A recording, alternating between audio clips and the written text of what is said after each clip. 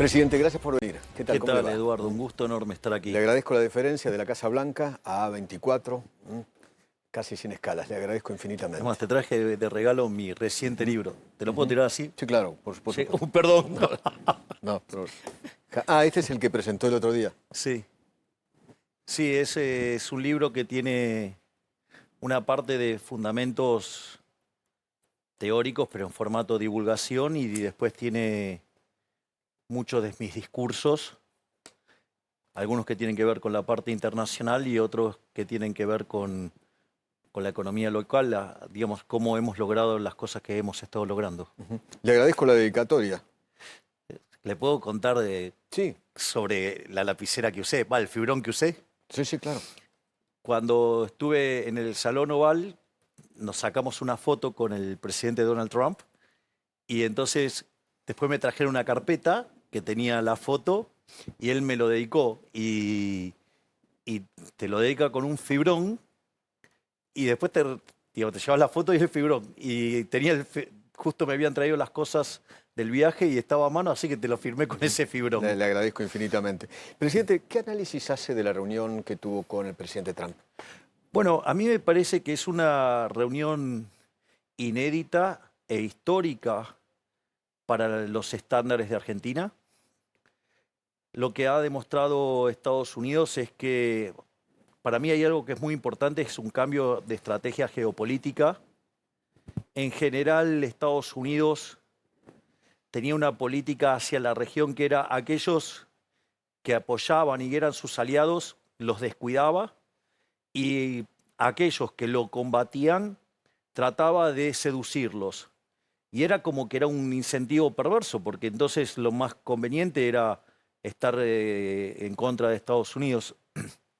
Ahí, con la llegada de Marco Rubio, que es alguien que entiende perfectamente la batalla cultural, entiende los riesgos del socialismo del siglo XXI, entiende el daño que le han hecho estos personajes siniestros y además conoce bien, claro, el caso de Cuba, decidieron cambiar el enfoque y entonces, es decir, los aliados los premiamos y a los que no son amigos, no son amigos. Y bueno, y ellos han decidido. También hay una política internacional muy clara del presidente Donald Trump, de cómo, digamos, él ve el ordenamiento del mundo. Y entonces Estados Unidos está dispuesto a liderar la región y en ese proceso considera que Argentina es un aliado. Y de hecho, no solo lo ha manifestado en las palabras, lo ha manifestado en los hechos, frente a el embate político, digamos, que ha recibido nuestro gobierno desde febrero de este año. Es decir, concretamente cuando por ejemplo, nosotros, el libro se llama La construcción del milagro. ¿Por qué es la construcción del milagro? A ver, nosotros cuando llegamos había un déficit fiscal de 15 puntos del PBI, 10 en el Banco Central, 5 en el Tesoro. La inflación viajaba al 1,5 diario, iba camino al 17.000, 18.000% anual. Teníamos deudas en pesos por el equivalente de 90.000 millones de dólares, venciendo, teníamos 4 bases monetarias venciendo a un día en el Banco Central, digamos, teníamos el programa con el fondo caído, y si usted se fija, digamos, nosotros hicimos el ajuste del Tesoro en un mes.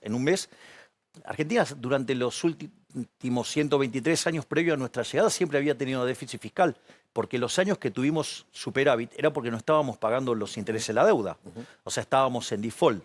No solo eso, sino que además nosotros pusimos en caja las cuentas públicas en un mes y a los 6 meses cerramos el déficit cuasi fiscal. Es decir, a partir de ahí lo que nosotros llamamos la base monetaria amplia quedó fija y eso significa que para mitad del año que viene la inflación va a desaparecer en la Argentina. Y si usted se fija, la inflación interanual seguía creciendo por los rezagos que había dejado la política siniestra del gobierno anterior.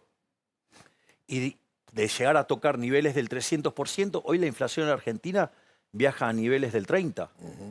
Es más, fíjese la robustez que tiene el programa, que hace prácticamente 2 meses que estamos siendo hackeados todo el tiempo y atacados. Eso volatilizó la demanda de dinero, o sea, con lo cual cayó la demanda de dinero, y aún así La inflación fue el del 2,1 y si usted va a la núcleo es 1,9 y si toma el desestacionalizado da 1,8.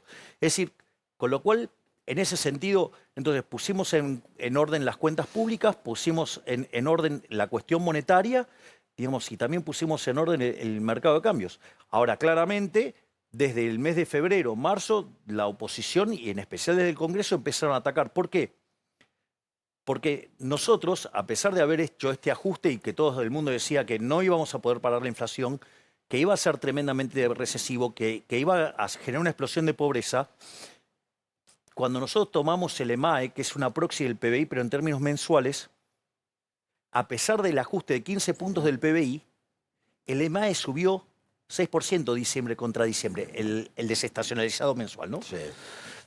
La economía entra al primer trimestre creciendo arriba del 6%, en el segundo trimestre se venía expandiendo al 8%, el riesgo país estaba en 550 y ese era el momento. Estábamos a 150 puntos básicos de poder empezar a salir al mercado y se terminaban los problemas. Entonces, ¿qué hizo la oposición? La parte destructiva de la oposición. Empezó a hacer proyectos directamente con un claro objetivo destituyente. Digo, no pasó nunca en la historia argentina un nivel de agresividad y de violencia institucional por parte del Congreso, que es interesante porque ellos son los que transgreden los límites del poder, porque se meten con la política económica, que es responsabilidad del Ejecutivo, y no solo eso, sino que además, digamos, votaban aumento de gastos sin contrapartida de ingreso, lo cual es una irresponsabilidad total. Y entonces, frente a ese ataque, que además después de la elección de la provincia de Buenos Aires se intensificó aún más, bueno, entonces en ese contexto donde se nos cerraron los mercados, nosotros conseguimos el apoyo de Estados Unidos. Ahora, esto es muy interesante. Perdón que lo haga un poquito extenso, pero me parece que vale la pena. Nosotros cuando logramos hacer la salida del cepo en abril, a mitad de abril, nosotros el primer día festejábamos todo y el martes yo convoqué al equipo económico a Olivos y le dije, mire, acabamos de sanear el activo del Banco Central con el programa del fondo. Sí. Tenemos que sanear el pasivo porque todo el daño que puedan hacer lo van a hacer. Parecía como muy exagerado en ese momento. Recibimos muchísimas críticas de los economistas profesionales por esto. Sin embargo, si hubieran quedado esos 20 billones de pesos en la calle, hoy estaríamos hablando... Usted habla de las LEFI. Exactamente. Esa fue una decisión suya. Exactamente.